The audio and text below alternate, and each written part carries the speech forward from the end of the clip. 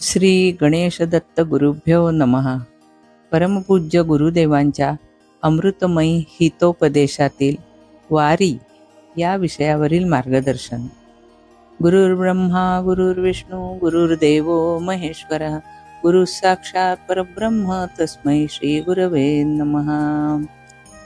ज्येष्ठ वद्य अष्टमी ते आषाढी एकादशी साधारणपणे 18 दिवसांचा हा काळ आळंदी ते पंढरपूर वारी असते.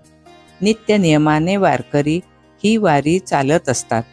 ऊन पाऊस, आपल्या निवासाची व्यवस्था काय, भोजनाची व्यवस्था काय, कशाचीही चिंता न करता केवळ पांडुरंगाच्या दर्शनासाठी अत्यंत दृढ भक्तीने व श्रद्धेने हे वारकरी चालत असतात.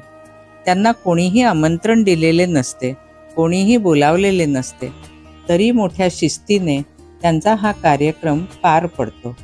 ज्ञानेश्वर माऊलींनी वारकरी पंथ स्थापन करून प्रत्यक्ष एकादशीला पंढरपूरला जाऊन या ठिकाणी तुम्ही या असे कशाकरिता सांगितले, तर माझ्यानंतर तुमच्यासाठी हेच आहे. मला पाहायचं असेल तर या विठ्ठलामध्ये पहा. आणि खरोखरीच अनंत हाल अपेष्टा सोसून आपल्या कृतीनेच जनसामान्यांना त्यांनी हे शिकविले. ते आजपर्यंत चालू आहे. सामान्य जनांना प्रत्यक्ष कृती केल्याशिवाय धर्म समजत नाही. पालखीसोबत जाणारा कशाचाही विचार करत नाही. एकदा विठ्ठलाचे दर्शन झाले की सर्व जबाबदारी विठ्ठलावरच टाकतो.